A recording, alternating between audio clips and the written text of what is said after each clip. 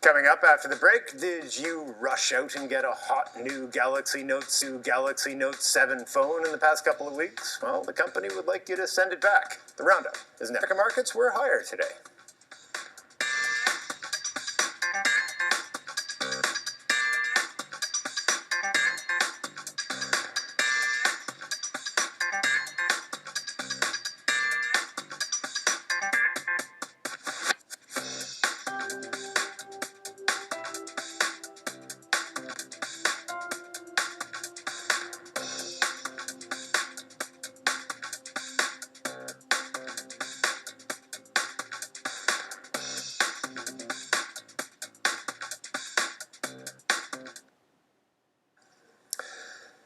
The U.S. economy added more than 150,000 jobs last month. That may sound like good news, but it's significantly lower than what analysts had been predicting. That story kicks off the roundup.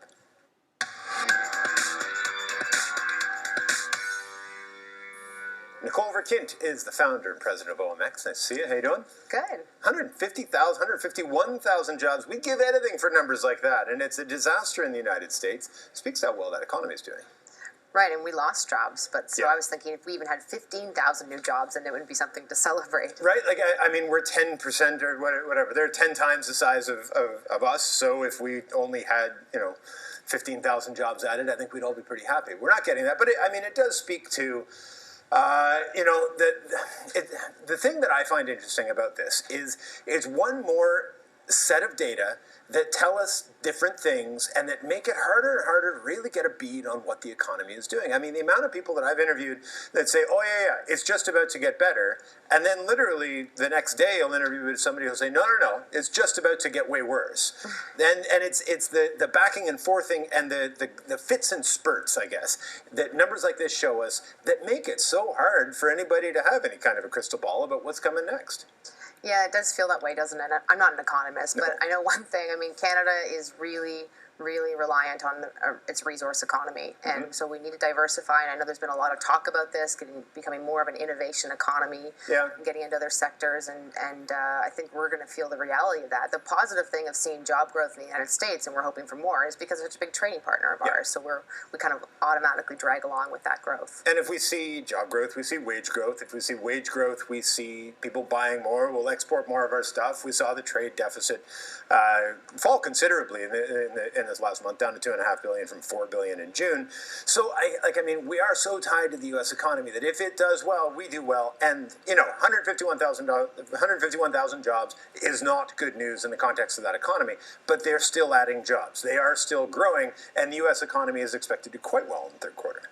Yeah, and that would be great. I mean, I'm still hopeful that in Canada we're going to see job growth coming from major infrastructure projects. And we haven't even seen that money kick in. Clean tech projects. And so there feels like there's a lot of promises that there's big projects coming along and that we should see job growth out of them. So I'm still hopeful of that as well. Me too.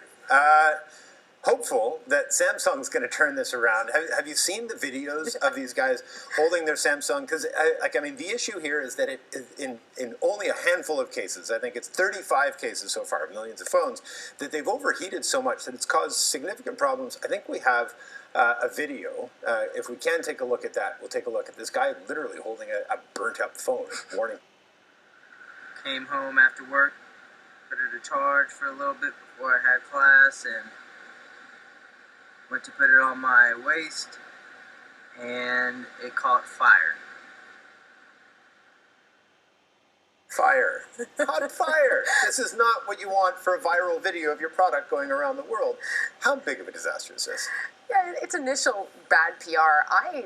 I mean, I'm such an avid Apple user that I don't think people are going to completely switch brands because the battery's a defect. So I don't think it's going to be as expensive for Samsung as we think because they typically refurbish these phones and then use them again when they have to replace phones, that sort of thing.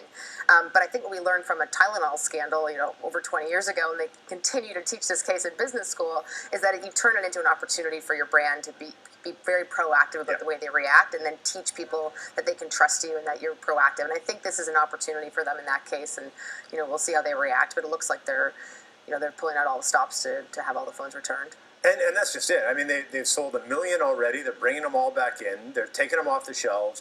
Like the the war room that must have been mobilized to deal with this. When you think about a big PR scandal, you often think about, a CEO in his office being told the bad news. What I think about is like the army of PR officials that are in the room saying, okay, what are we going to do? How are we going to do it? And somebody stood up and said, just yank them all. Like, get them all back here, fix the problem, put them back out. And if you can do that, then, no one's going to swing wildly away from your brand, are they? Well, exactly. I mean, we're going to talk about this, but so much of these companies, their valuation is in their brand, and that's where their goodwill is. So that they have to protect that, above all else. But think about how fast everything spreads nowadays, and just the visual of your phone being on fire. I mean, think about the content people could create from that. So it's definitely something they have to react to very quickly. The timing must be awful for this. So, like, the one thing that they must feel a little sort of nasty about is like this is happening, and is it next week we're going to hear about the new Apple iPhone, the iPhone 7 that's coming out?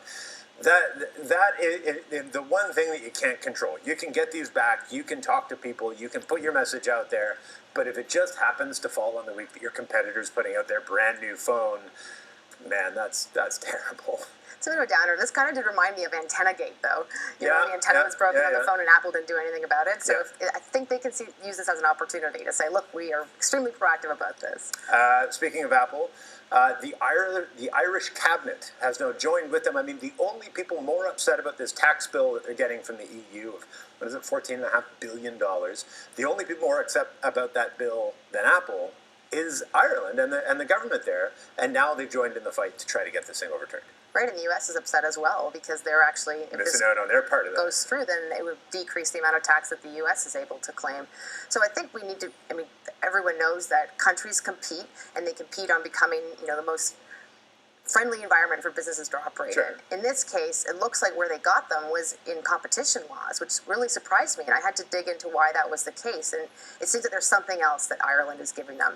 I don't know if it's some preferential treatment on IP valuation where you can depreciate it over a certain amount of time, and that, they paid way less than 1% tax last year. A fraction of 1%.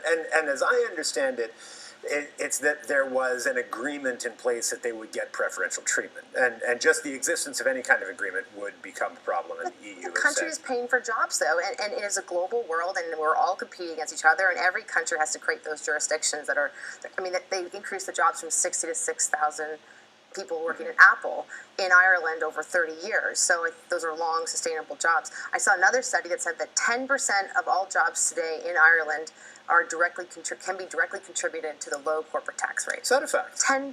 That's an astounding. That is a job creation program in my mind. We have a clip from the European Competition Commissioner about sort of all this. Let's take a look at that. We have 2 open cases right now, McDonald's and Amazon, but I will not preclude that there cannot be more cases. That depends on what we find when we ask more questions. So, not a witch hunt, they say. But I said this the day this came out. Apple's the biggest target on the block, so of course they're going to go after them. If you're another company that's working and operating and putting your profits in tax havens like Ireland, let alone other places, you're watching this one pretty close. Yeah, because there's huge dollars at stake, but we're seeing tax inversions happen all the time. We're seeing structures like this happen all the time. We saw it with Burger King and Tim Hortons. When Burger King bought Tim Hortons, they moved their corporate head office here to Canada, and so if that's an advantage that's going to create more jobs here in Canada and move more corporate headquarters here, then that's something that, as long as it's legal, is could be a good thing. So the last story is that 65% of adults in the U.S. read an actual book last year, or in 2015, which is... you would hope that that's just sort of a par for the course, but the fact that is something to celebrate. And it turns out that the printed word is not at all. A book with pages. A book with real pages, like tactile, not a digital. I read a lot on my phone, I admit. The fact that I can sit in bed and I don't have to have the bedside light on, so I can read off my phone with the contrast turned way down, and my wife doesn't yell at me for keeping the light on till all hours of the night. I read an awful lot on my phone, but I also read a lot of books. And mostly, bookstore sales in 2015 were up 2.5%. The first time since 2007. That, I think, is good news. It's incredible, and I noticed it. There's a small bookstore on Queen Street that I go to, and it's really about the experience, right? It's Sunday afternoon, and you're going in, and they're giving you recommendations. And so I went completely iPad, and I figured I would stay, and then I switched right back, and now it's sort of a mix. But the reason for me is my whole work is on my phone. Everything's on your phone. It's nice to have a break. So, 10 years ago, people who were workaholics would just stay in the office late at night. But nowadays, it just means you're completely tied to your phone. So if you really want a mental break and you really want to read about something else and you don't want to be checking your email or checking text, that feels like the only way to do it. I was staying with my mom in northern New Brunswick, this beach that she lives on out there, and I read a book, a friend of mine had written a book, and I brought it out to read. I love that, like the actual, marking pages, and it's marked by my coffee cup on a bunch of sections. There is something that digital book will never replicate. I agree, and it feels like you've accomplished something at the end. Indeed, yeah. Nice to see you. Thanks for coming in. You too, Peter.